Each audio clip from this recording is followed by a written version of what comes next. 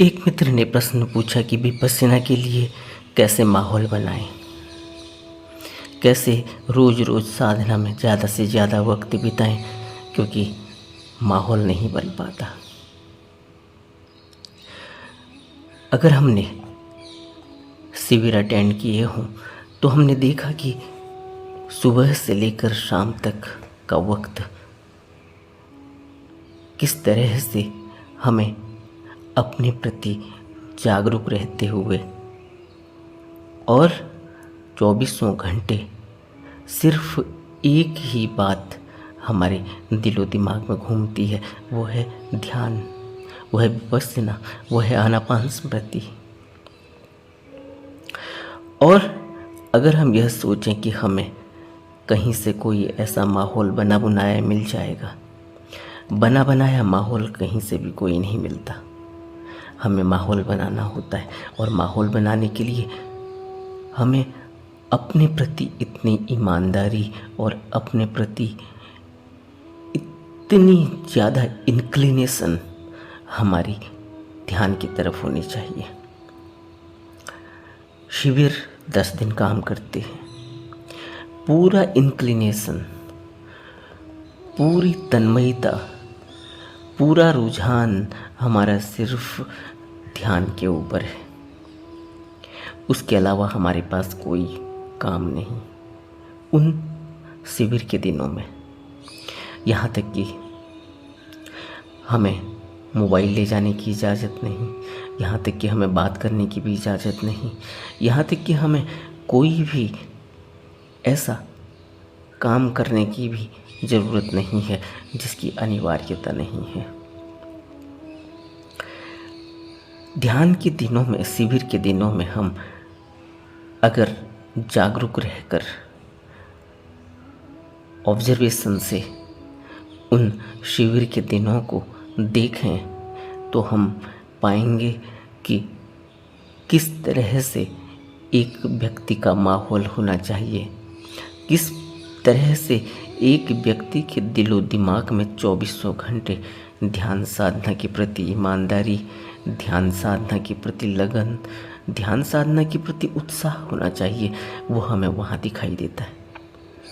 लेकिन हम वहाँ से आने के बाद इस माहौल को बरकरार नहीं रख पाते, क्योंकि हम सांसारिक कामकाजों में भी व्यस्त होते हैं, घर परिवार में भी व्यस्त होते हैं।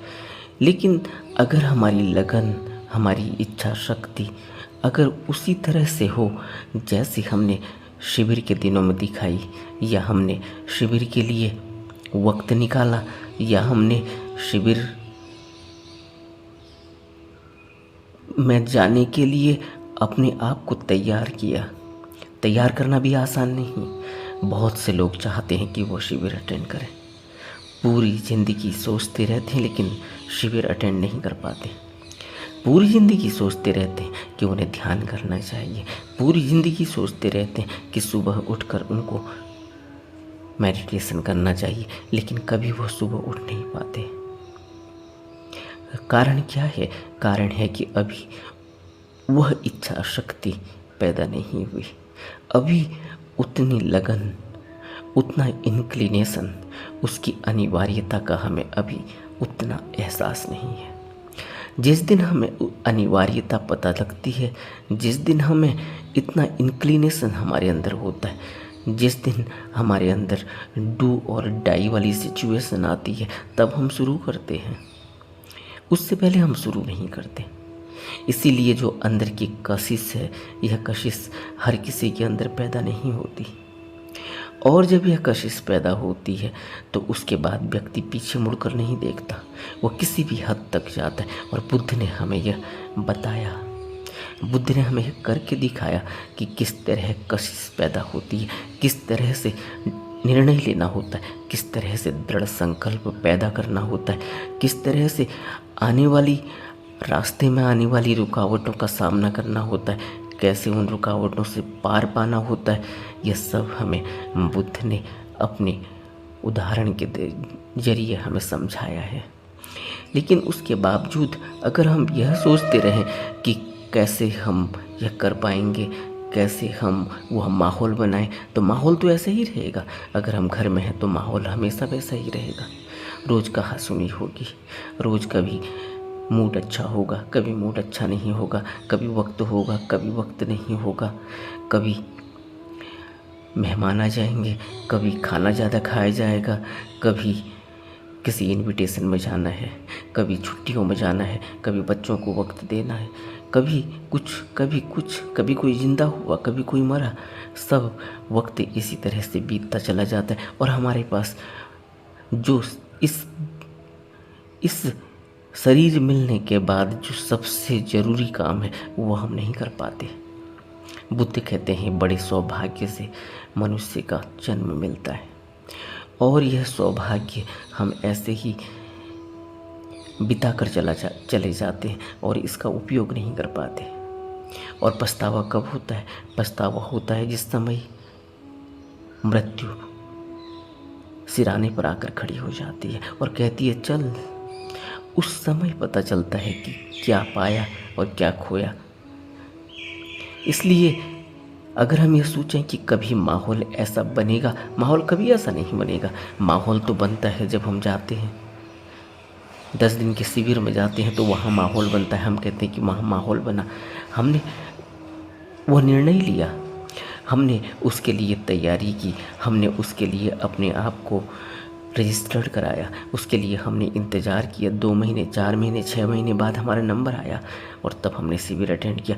और शिविर में भी हमें उन 10 दिनों में कितनी परेशानी होती है ये तो हम ही जानते हैं, क्योंकि हमारी वो आदत नहीं सुबह जल्दी उठने की, हमारी वो आदत नहीं उतनी देर तक नीचे ज़मीन में बैठने की, हमारी वो आदत नहीं कि हम ध्यान से प्रवचनों को सुन पाएँ, बुद्ध के उपदेशों को सुन पाएँ, हमारी यह आदत नहीं कि हम चुपचाप बैठ पाएँ, 10 दिनों में मौन रह पाएँ, हमारी यह आदत नहीं कि हम मोबाइल के बिना रह पाएँ, हमारी यह आदत नहीं कि हम अकेले रह पाएँ। और ये सब हमें वहाँ करना होता है।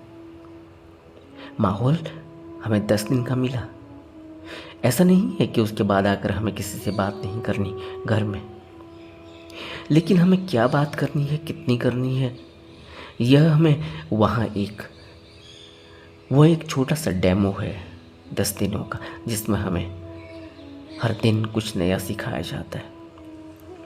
लेकिन अगर हमारी ऑब्जर्वेशन ही ना हो तो हम कुछ भी नहीं सीख पाएंगे, लेकिन अगर हमारी ऑब्जर्वेशन हो तो हम बहुत कुछ सीख सकते हैं। और हमारी वो ऑब्जर्वेशन हो नहीं पाती क्योंकि हमें पता ही नहीं चलता। कुछ लोग तो ऐसे हैं जिन्होंने कई ध्यान शिविर अटेंड किए, लेकिन अभी आज तक उनके अंदर वो ऑब्जर्वेशन पैदा नहीं हो पाई। कौन सी ऑब्जर्वेशन? ऑब्जर्वेशन कि किस माहौल में किस तरह से सीखना है, बिना बताए सीखना होता है। ऑब्जर्वेशन का अर्थ ही यही है कि हम ऑब्जर्व करें और सीखें। बहुत कुछ चीज़ें बिना बताए सीखनी होती हैं, बहुत चीज़ें बिना कुछ पढ़े हुए, बिना कुछ सुने हुए सीखनी होती है। अपनी इंद्रियों से ग्रहण करके सीखनी होती है, अपने विवेक और प्रज्ञा से सीखनी होती है, सम्यक दृष्टि और सम्यक संकल्प से सीखनी होती है। और यह सब हमें कोई बताने वाला नहीं है। माहौल कैसे बनाना है, इसके लिए बुद्ध ने हमें मध्यम निकाय में सतिपट्ठान सुत्त में आनापान स्मृति योग करते समय कैसे एकांत में बैठकर रीढ़ की हड्डी को सीधा करके बैठना चाहिए, वो हमें बताया है। यह हमें बताया है कि किस तरह से हमें कैसे संकल्प लेना है कि मैं एक प्रेम में हूँ, आनंद में हूँ और मैं आनापान स्मृति कर रहा हूँ। मैं दृढ़ संकल्प में हूँ और आनापान स्मृति कर रहा हूँ। मेरे अंदर कोई इंद्रियों का कोई जोर नहीं है और मैं आनापान स्मृति कर रहा हूँ। मेरे अंदर कोई मन में किसी भी प्रकार की दुर्भावना नहीं, द्वेष नहीं और मैं आनापान स्मृति कर रहा हूँ। इस तरह के संकल्पों को लेकर हम आनापान स्मृति करते हैं और फिर विपश्यना करते हैं। तो तीक्ष्ण मन के सहारे, तीक्ष्ण चित्त के सहारे जो टिका हुआ है, उस टिके हुए चित्त से ही तो हम अपनी विपश्यना में 4 प्रकार के ध्यानों को करते हैं। अगर टिका हुआ चित्त न हो तो फिर रुकेगा कैसे? अंग प्रत्यंग में कैसे रुकेगा जब हम कायानुपश्ययी करेंगे? कैसे रुकेगा जब हम वेदनानुपश्ययी करेंगे? वेदनाओं को कैसे महसूस करेगा? वेदनाओं को किस तरह से उठते हुए और विलीन होते हुए, व्यय होते हुए देखेगा? कैसे उनके सुख दुख को देखेगा और कैसे उन सुख दुखों से उसके अंदर वैराग्य का जन्म होगा कि यह सब कुछ ऐसे ही आने और जाने वाला है। यह सब कुछ उसके बाद जब हम चित्तानुपश्ययी करते तो कैसे अपने विचारों को देखेगा? चित्तानुपश्ययी में उठने वाली वेदनाएं जो सुखद हैं, महसूस हो रही हैं इस पल में, और अगले ही पल बहुत सुखद वेदनाएं चली जाती हैं, तिरोहित हो जाती हैं और फिर दुखद वेदनाएं उठती हैं। कहीं कोई चींटी सी काटी, कहीं कोई सुई सी चुभी, और हमने देखा, हमने महसूस किया चित्त में, और थोड़ी देर में वह भी चली गई। विचार बुरे उठ रहे हैं, विचार शुभ उठ रहे हैं, विचार पॉजिटिव उठ रहे हैं, विचार नेगेटिव उठ रहे हैं। हम उनको देखेंगे कैसे अगर हमारा मन, हमारा चित्त इतना सूक्ष्म और इतना तीक्ष्ण नहीं है, स्थिर नहीं है? और कैसे स्थिर होगा उसके लिए माहौल बनाना है। और माहौल कैसे बनाना है? रोज़ सुबह उस वक्त में, जिस वक्त में कोई भी प्राणी इस तरह से क्रियाशील नहीं है, सब अपने आनंद सोए हुए, सब विश्राम में हैं, उस समय उठकर ध्यान साधना करनी होती है। अपना माहौल बनाने के लिए हमें खुद ही अपने टाइम टेबल को तैयार करना होगा, अपने आप को उस तरह से तैयार करना होगा कि आज अगर मुझे शाम को कहीं जाना है, किसी इनविटेशन में जाना है, कहीं मेरी इंगेजमेंट है, तो उससे पहले मैं कैसे अपनी साधना के लिए वक्त निकालूंगा, या मुझे उसके लिए अपने आप को अपने टाइम टेबल में चेंज करना है, अपने आप को उस तरीके से तैयार करना है। अगर मैं ये सोचूंगा कि नहीं हो पाया, आज कोई बात नहीं, कल कर लेंगे, तो फिर कल भी नहीं होने वाला। और कल भी अगर मैं ये सोचूं कि नहीं, कल भी नहीं हो पाया तो परसों कर लेंगे, जल्दी क्या है? तो इससे यह पता चलता है कि मेरे अंदर कितनी लगन और कितनी मेरा इंक्लिनेशन उस तरफ है।